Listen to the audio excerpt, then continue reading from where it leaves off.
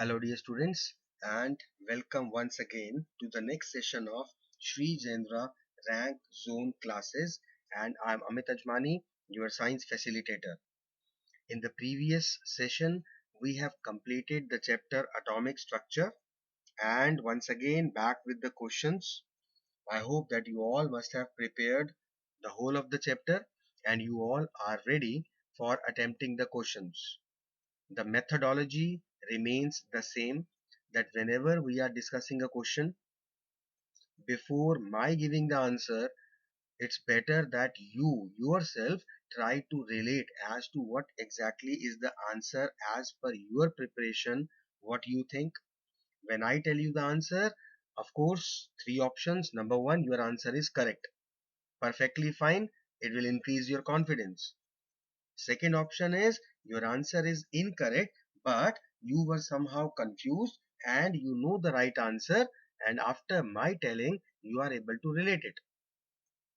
Third, that you exactly did not know what the actual answer was, and in that case, make sure that if you feel like, note down the questions as well as their answers for future reference. Clear?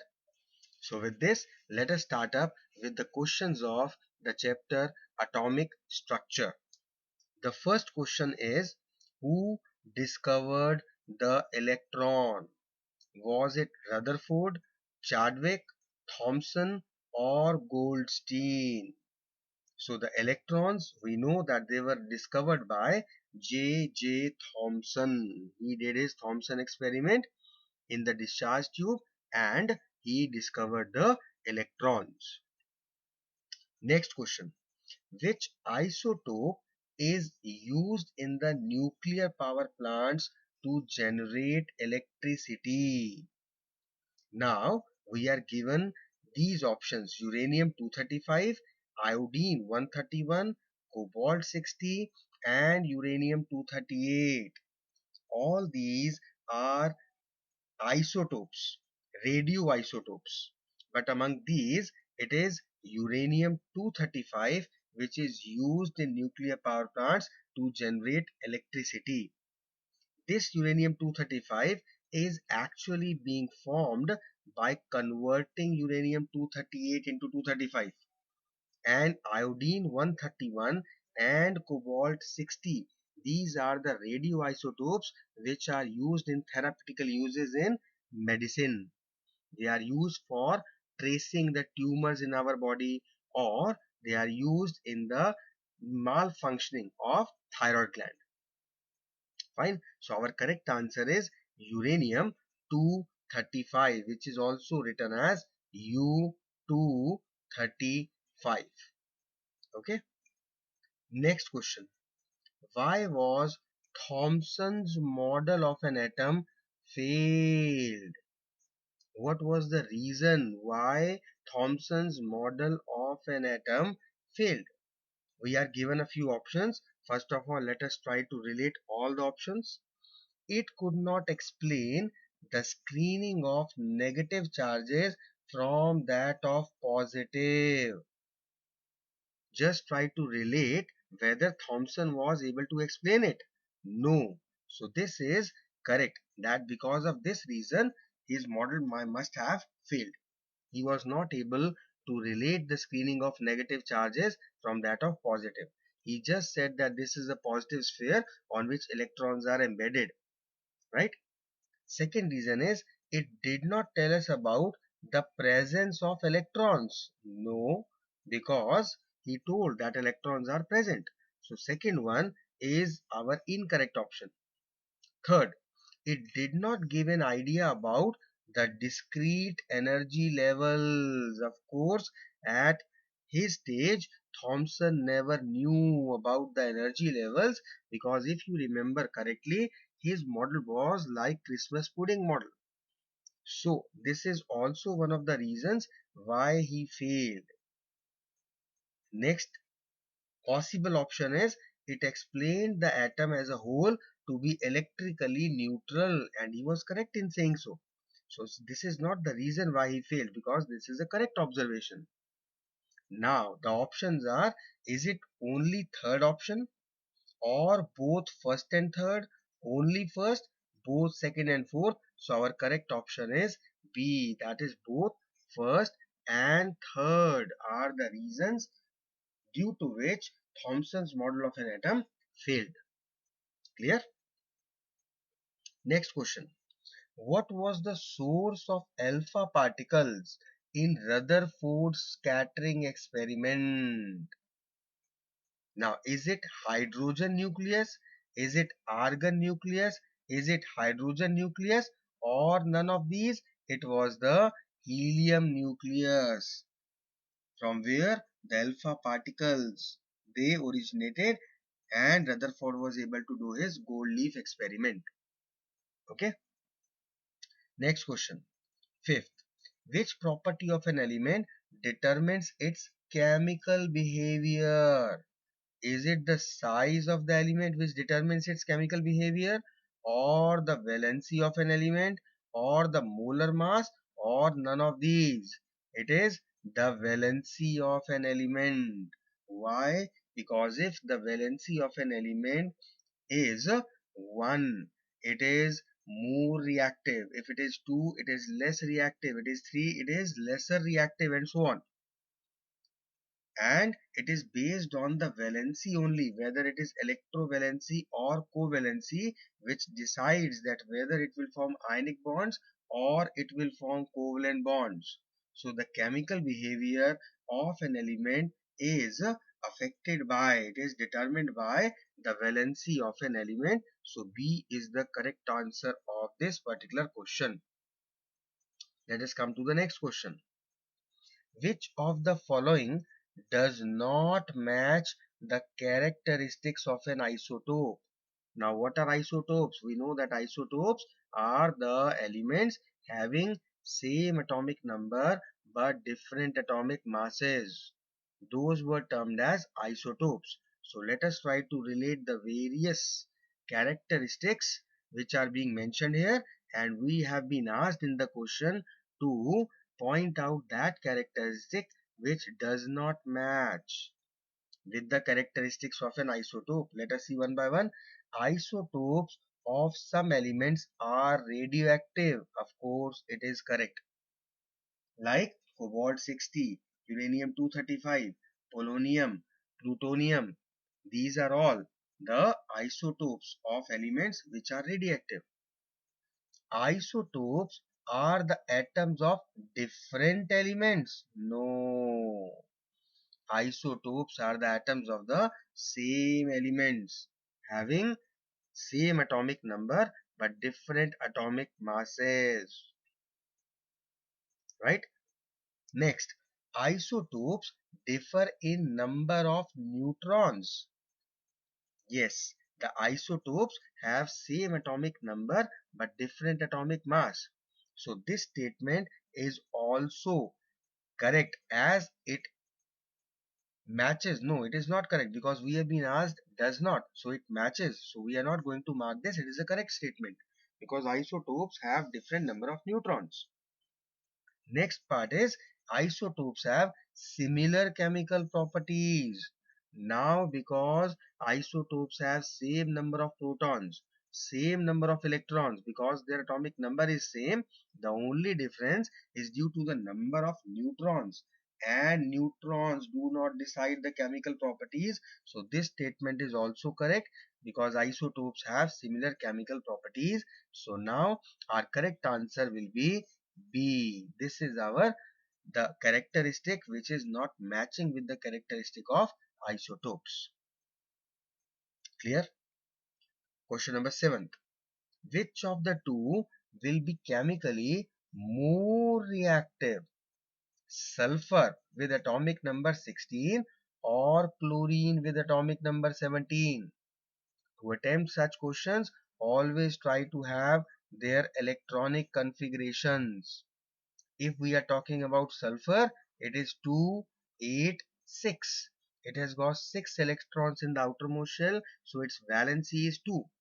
And chlorine with atomic number 17 is 287. It has got 7 electrons in the outermost shell it has got one valency, so the element having one valency will be more reactive, right? So in this case, out of sulfur and chlorine, the correct answer is chlorine is more reactive than sulfur because its valency is 1. It is easier for chlorine to gain more one electron rather than sulfur gaining two electrons. Okay, coming to the question number 8. Which of the following elements does not exhibit the electrovalency? Electrovalency is the valency losing and gaining of electrons. Sodium being a metal, it forms electrovalency. Calcium being a metal forms it because it has got two electrons, it will lose two electrons. Carbon, now this carbon is tetravalent, it shares the bonds, it has got covalency, not electrovalency. Carbon does not form ionic bonds because it has got four electrons in its outermost shell, and because of energy considerations it is difficult for carbon to gain or lose four electrons, so it shares the electrons, and that is why it forms covalency. Let us see the next also. Chlorine, chloride ion, we know that it forms electrovalency, so the correct answer is our carbon, which does not form the electrovalency. You also must know the reason why we are marking these options, because that is more important. Okay, next question. Which of the following statements is incorrect about the structure of an atom? We need to find out the incorrect statement. The whole mass of an atom is concentrated in the nucleus. It is a correct statement because the mass is mainly because of the protons and neutrons which are present in the nucleus. Outside the nucleus are the electrons which have got negligible mass. So the whole mass of the atom is concentrated in the nucleus is a correct statement. The atom is an indivisible particle. No. This is what exactly John Dalton said, that atoms are indivisible, but now we know that atoms can be subdivided into three subatomic particles, electrons, protons and neutrons. So this is an incorrect statement. Next, the atom as a whole is neutral. It is a correct statement. Because of the equal number of protons and electrons, they cancel out each other. So the atom as a whole is neutral. All the atoms are stable in their basic state. No, all the atoms are not stable, because if they had been stable, why they would have reacted with each other? So if we see all these four, we see that statement number 2 and statement number 4 are incorrect, and that is why our correct option will be C, that is statement number 2 and statement number 4. These are incorrect statements about the structure of an atom. Clear? Next question is, which scientist gave the concept of fixed energy levels around the nucleus? It was Niels Bohr. Rutherford gave his gold leaf experiment, and it was the major drawback of Rutherford that he could not tell about the stability. J.J. Thomson, he was far behind as far as model of an atom is concerned. He just gave his Christmas pudding model. He never knew anything about energy levels. So it was Niels Bohr who, the spelling is incorrect, Bohr it should be. It is Niels Bohr who actually gave the concept of fixed energy levels, due to which he explained the stability of a particular atom. Clear? Coming to the next question. What prevents an atom from being collapsed? Why the atom does not collapse? Is it the nuclear forces? No, because the nuclear forces, they attract the electrons towards them. Is it the movement of electrons in discrete energy levels? Yes. Reason is This is Niels Bohr experimentation.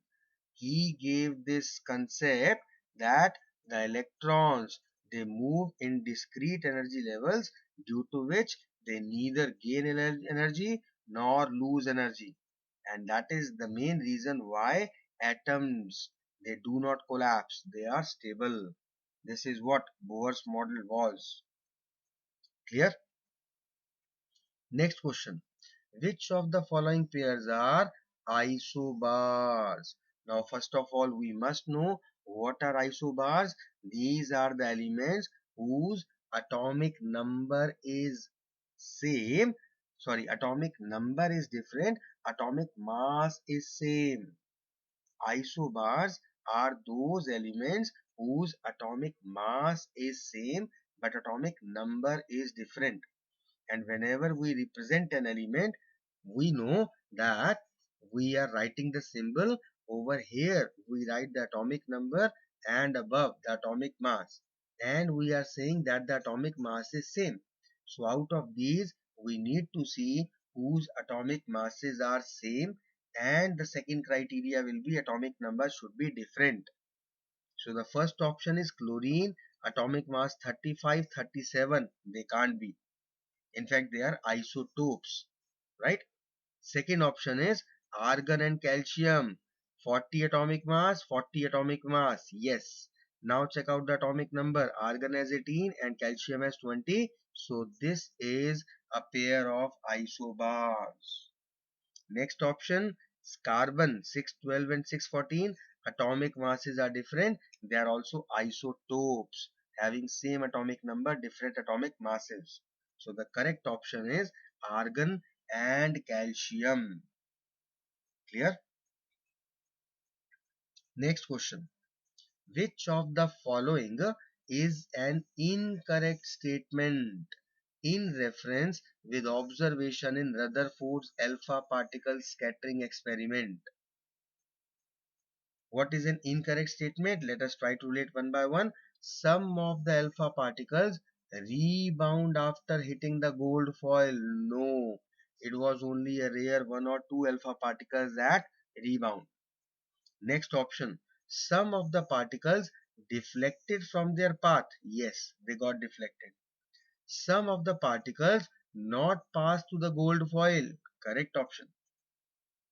Most of the particles pass straight through the gold foil. Correct, because this led to the conclusion that there is a lot of empty space inside an atom. So the incorrect statement is the first one. Clear? Question number 14. Which radioactive element is used in the treatment of cancer? Just remember, it is cobalt 60, which is used in the treatment of cancer.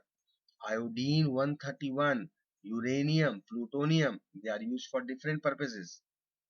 Uranium and plutonium are used for generating nuclear energy, electricity from uranium and plutonium. Iodine is for the thyroid gland. Cobalt is used in the treatment of cancer. Cobalt 60, it's a radioactive element. Next question is, why do most of the elements try to participate in the chemical combinations?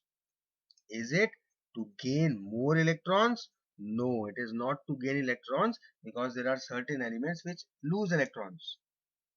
Second option is to achieve inert gas configuration. Yes, this is the main reason why elements try to participate in the chemical combinations, because by combining chemically with other elements, by losing or gaining electrons, they will able to achieve the inert gas configuration. Next is to complete their octet. Yes, because inert gas configuration will be achieved only when the octet is completed. To complete their inner shells. No, it is the outermost shells that need to be completed, not the inner shells. So we have the second and third statement right. Therefore, our correct option will be B, which says the same thing, both second and third option. Clear? Now just taking a pause, just a breather in between, and during this pause, I would like to ask all my dear students who are watching right now and who are doing the questions simultaneously on their own. After 15 questions, just ask yourself one simple question: where do you stand? What exactly is your preparation level? How far are you prepared when it comes to atomic structure? What about your confidence? Was it justified, or was it an overconfidence that you took it casually? You thought that you know everything because you have learned, but now, while doing these questions, you are actually seeing that you are giving incorrect answers, or there are lot many questions which the answers you don't know. If it is so, try to reply yourself honestly, and accordingly from now onwards improve yourself, because the whole process that we take up at Sri Jendra Rank Zone classes is your improvement. It is our endeavor.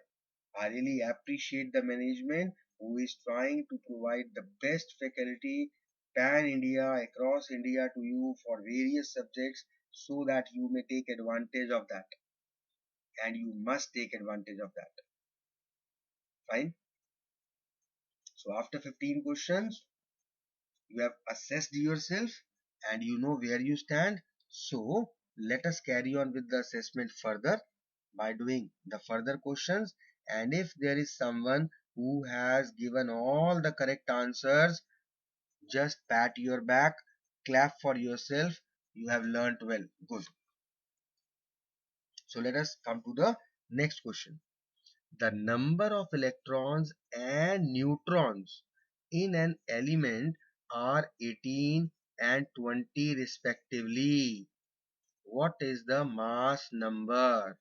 We know that the mass number is equal to the number of protons and neutrons. And in a normal neutral atom, the number of protons are equal to the number of electrons. Therefore, the mass number becomes the sum of electrons plus neutrons.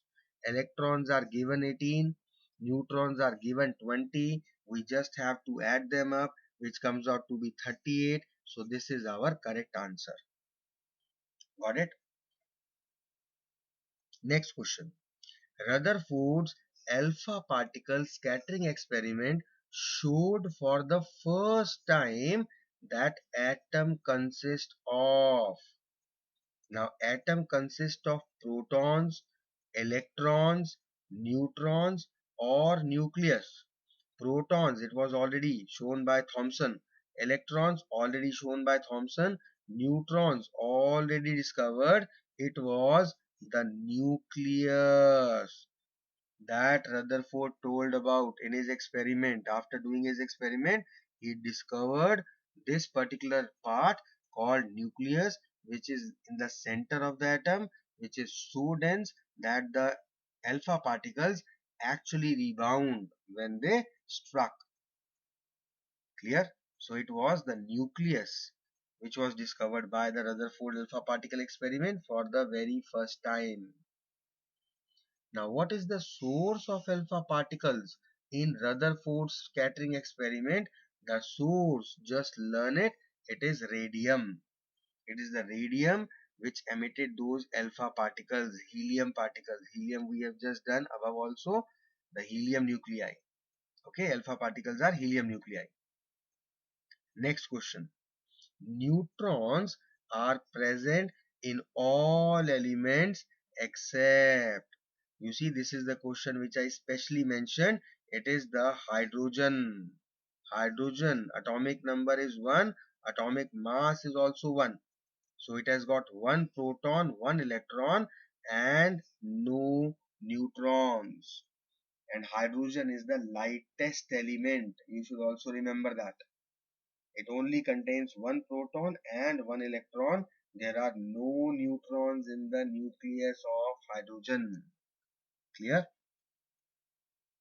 Now, what is the charge on alpha particles? The charge is +2. They are represented by He, 2 plus, helium particles, right?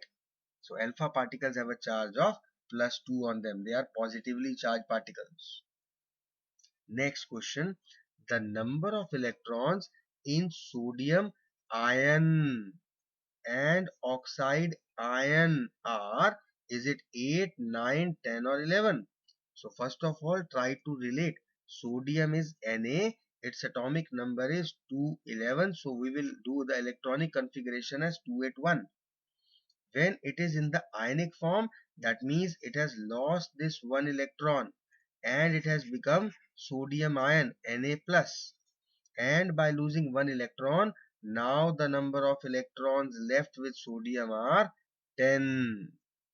Now let us try to relate what happens with oxygen. Oxygen has atomic number of 8.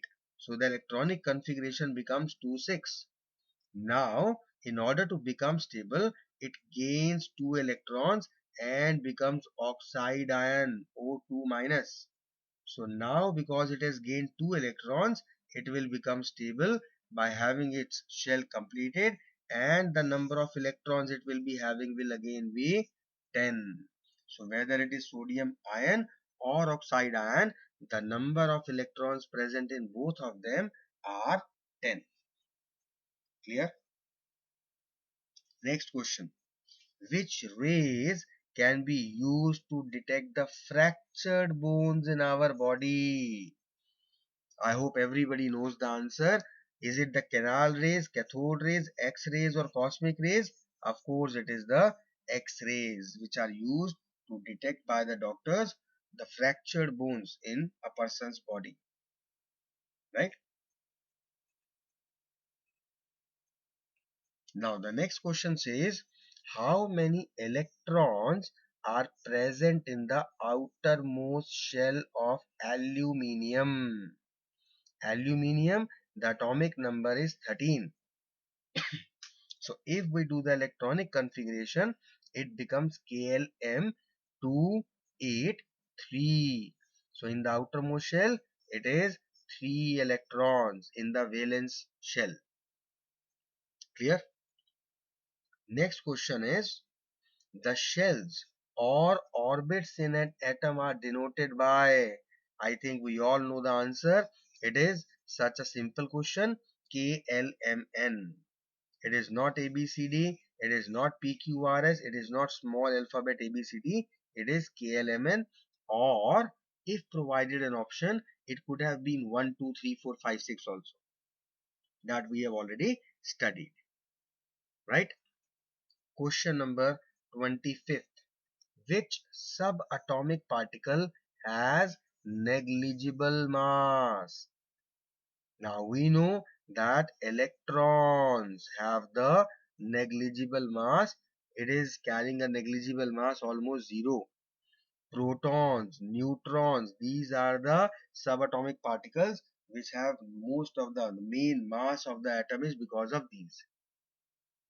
Right? And hydrogen, it has both electrons, protons, so we cannot say that it has got negligible mass because of the presence of proton in it. Right? Next question.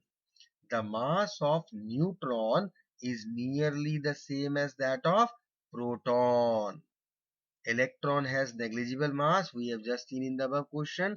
Atom, the mass of atom is due to protons and neutrons both. Similarly, the mass of nucleus is also because of protons and neutrons both. Neutrons and protons, they have equal, almost same atomic mass. Relative atomic mass of both of them is 1 unit. Clear? Next question. The particles present in nucleus are called protons, electrons, neutrons, nucleons. It is nucleons. What are nucleons? The particles of the nucleus, protons and neutrons taken together are called nucleons. So the correct answer is nucleons. Correct? Coming to the next question.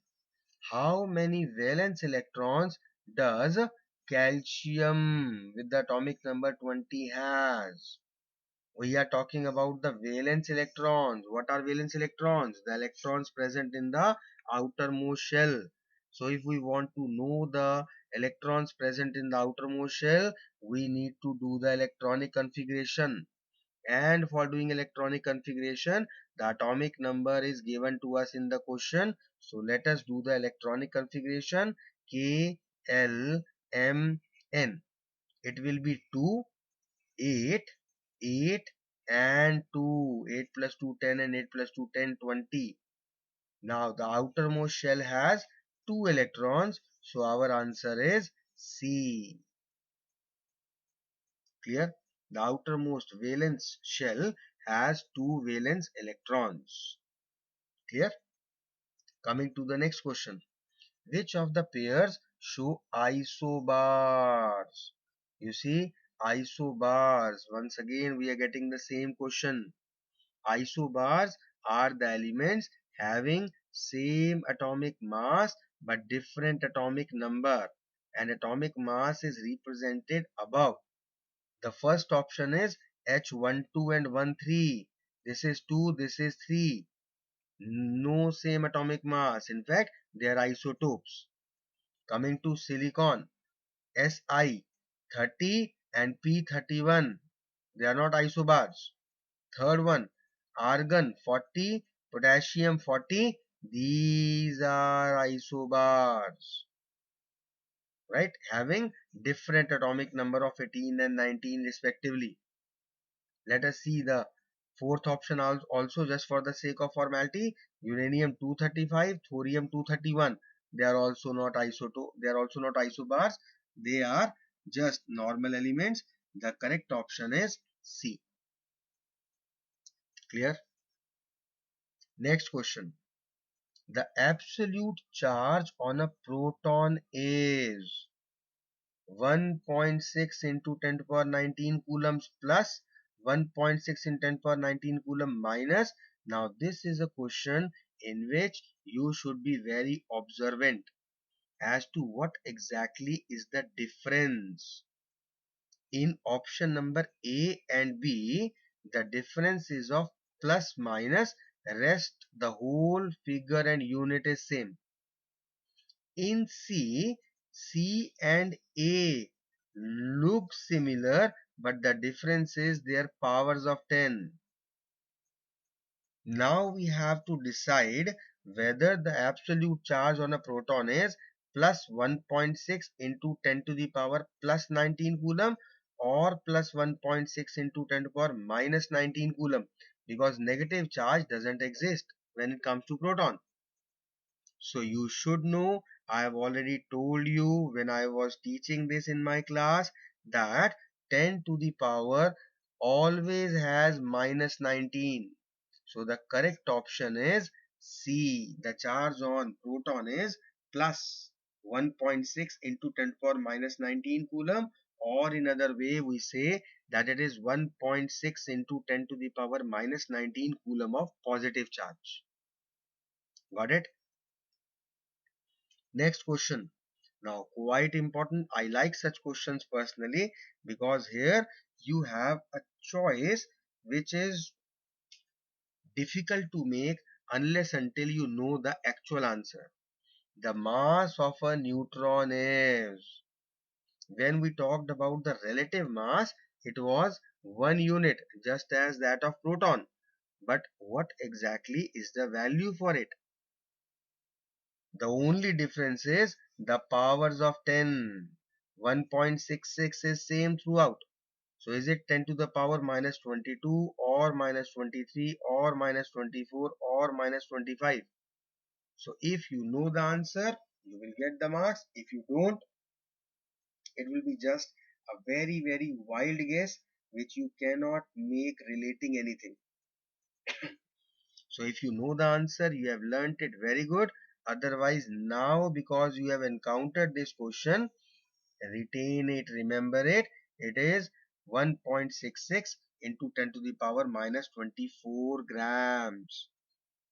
And the mass of a proton is also same, because the mass of proton and neutrons, they are same. Clear? So 10 to the power minus 24, just remember it.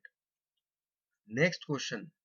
No two elements can have the same atomic mass. Second option is atomic number. Third is valence electrons. Fourth is valency. No two elements can have the same atomic mass. Just we have seen in the case of isobars. They are two different elements having same atomic mass. So this is incorrect. No two elements can have the same atomic number. Yes, we have studied isotopes, but if you try to relate, then isotopes were the atoms of the same elements. It was not different elements. So no two elements have the same atomic number, and this we have studied while we were doing the atomic numbers. That atomic number is a characteristic property of an atom. It is that property with which we can identify an atom easily, because no two elements can have the same atomic number. This is our correct option. Let us try to check and discard the other options. Valence electrons. So many elements have got same valence electrons. Just like sodium, lithium, potassium, all have got one valence electron. Valency. So many. Same. Sodium, potassium, lithium, they all have got one valency. So the correct option is B, that is atomic number. Clear to all? Next question. All inert gases have 8 electrons in their outermost shells. Perfectly correct statement. Except, is it neon, argon, helium or hydrogen? Hydrogen is not an inert gas. You can simply cancel it out. Neon, argon and helium. Out of these, helium is our correct option, because helium has got only 2 electrons. It is an exception. Among the inert gases, it is an exception because it has got only 2 electrons in the outermost shell. Why? Because it has got only one shell K, and K, according to Bohr-Bury, the method of the maximum number of electrons, K cannot have more than 2 electrons in its shell. So the correct option is helium, C. Next question. N, nitrogen 15.7 and oxygen 16.8 are example of isotopes, isobars, isoelectronic species or isotones. First of all, we need to know what these four terms are. Isotopes are the elements having same atomic number. Can we see atomic number same? No, it has got 7, it has got 8. So we'll cancel it out. These are not isotopes. What are isobars? Side by side, revise your concepts also. Isobars are the elements having same atomic mass. Do they have same atomic mass 15 and 16? No. So we will cancel it out. Isoelectronic species, those which have got the same number of electrons. Do we have the same number of electrons? No. So these are not isoelectronic species. Isotones, the only one left. So first thing is a very simple option. Other three are not the options. It will be, but let us try to check it. What are isotones? Isotones are the elements having same number of neutrons. Just check out the number of neutrons in nitrogen. We know number of neutrons is atomic mass minus atomic number. So in case of nitrogen, atomic mass given is 15 minus atomic number given is 7. So the number of neutrons will be 8.